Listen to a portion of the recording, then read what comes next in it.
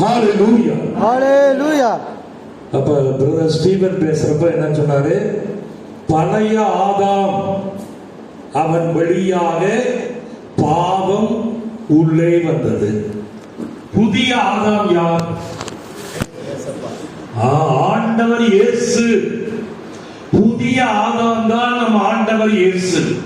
அவர் என்ன செஞ்சாரு? நம்முடைய பாவங்களை எல்லாம் சுமந்து கொண்டு நம்மை நீதிமானாக மாற்றினார். அதுதான் அவர் சிலுவையில செய்த. அவர் சிலுவையில 9 காரியம் செய்தார். அதுல ஒரு காரியம் தான் நம்முடைய பாவங்களை சுமந்து கொண்டு நம்மை நீதிமானாக மாற்றினார். பாவமே இல்லாதவனாக மாற்றினார். இதுதான் உண்மையான கருத்து. இதை பத்திலாம் இன்னும் நிறைய உங்களுக்கு சொல்லி தரலாம். எப்ப நீங்க யாரு நிறைய பேர் பைபிள் கொண்டு வரணும், பைபிள் கையில இருக்கணும், பைபிள் படிக்க ஆரம்பிக்கணும். அது ஆரம்பிச்சால்தான் உங்களுக்கு தெரியும். தினக்கிட்டு ஒரு ஆவியானவர் பாடலோடு இந்த செய்தியை ஆரம்பிப்போம். டோனி வாங்க, ஒரு ஆவியானவர் பாட்டு பாடலாம். எழுதுகிறோம். இவர் நமக்கு ஆல்டர் பாய் ஊட்டியில் இருந்தவர். அதனால அவர் பயங்கர, அவரும் ஆர்கனைஸ்டு மியூசிஷியன், பயங்கரமா பாடக்கூடிய.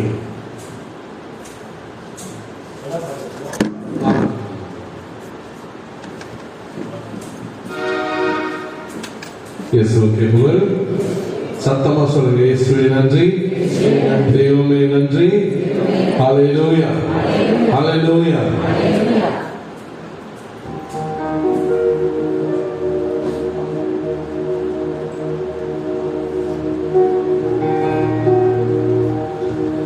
யோர்தான் நதிக்கரை அனுபவங்கள் அப்படியே இங்கு நடக்கணுமே, அப்படியே இங்கு நடக்கணுமே, அப்படியே இங்கு நடக்கணுமே. கைதட்டி சேர்ந்து பாடுவோம்.